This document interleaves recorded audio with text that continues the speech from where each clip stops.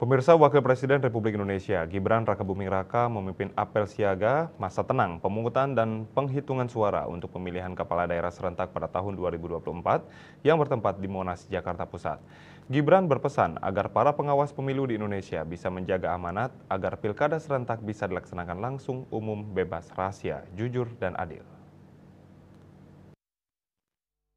Apel hadirin.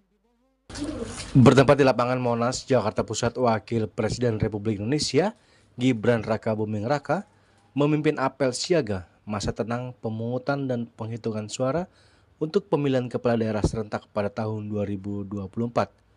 Gibran mulai memasuki area upacara pada pukul 7:09 waktu Indonesia Barat, didampingi oleh Ketua Badan Pengawas Pemilihan Umum Rahmat Bagja, serta didampingi juga oleh Ketua DKPP Hedi Lugito.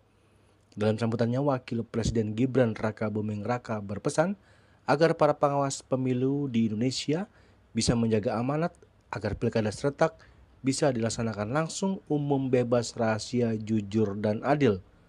Menurutnya ini adalah pilkada terbesar yang pernah diselenggarakan. Oleh karena itu seluruh elemen masyarakat agar mendukung penuh pelaksanaan pilkada yang berlangsung lancar dan baik, sehingga masyarakat dapat memberikan hak suaranya dengan aman dan nyaman.